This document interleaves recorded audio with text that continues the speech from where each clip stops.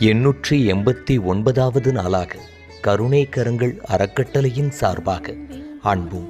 அன்னமும் என்பதன் அடிப்படையில் உடுமலை மீனாட்சி ஃபார்மா நிறுவனத்தின் சார்பாக மதிப்பிற்கும் மரியாதைக்கும் உரிய நிறுவனர் ஐயா அவர்களின் திருக்கரங்களால் அவர்கள் குடும்பத்தார் அனைவரின் சார்பாகவும் அரசு மருத்துவமனையில் சிகிச்சை பெறுபவர்களுக்கும் மற்றும் உடன் இருப்பவர்களுக்கும் காலை உணவு அருட்பிரசாதமாக வழங்கப்பட்டது.